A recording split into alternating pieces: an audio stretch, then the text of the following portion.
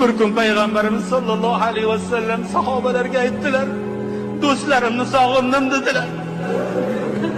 Shunda sahobalar, biz sizni do'stingiz emasmi deb so'radi. Rasululloh aytdilarki, yo'q, sizlar meni sahobalarimsizlar. Do'stlarim meni ko'rmasdan turib iymon keltirgan. Ular keyin keladi dedilar. Ana shu do'stlarimni sog'indim dedilar.